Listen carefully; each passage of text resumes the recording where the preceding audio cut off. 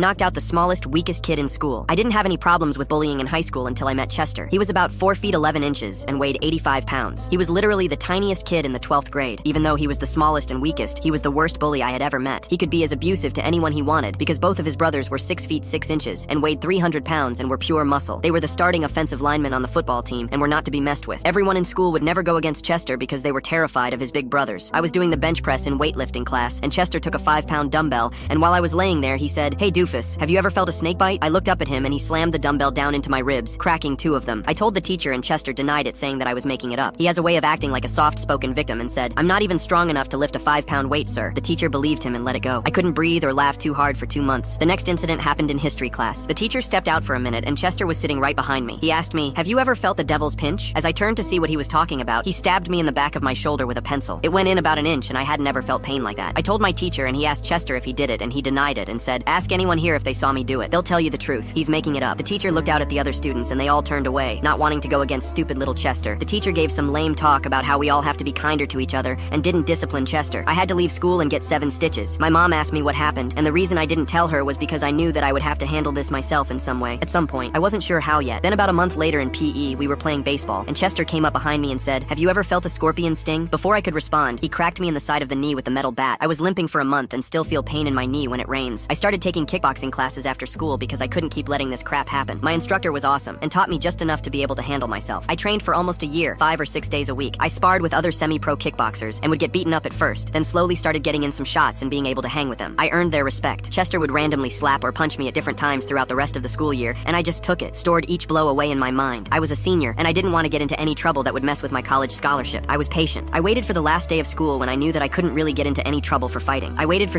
Take a screenshot and scan the QR code, search for the code on TikTok, and watch the second part for free.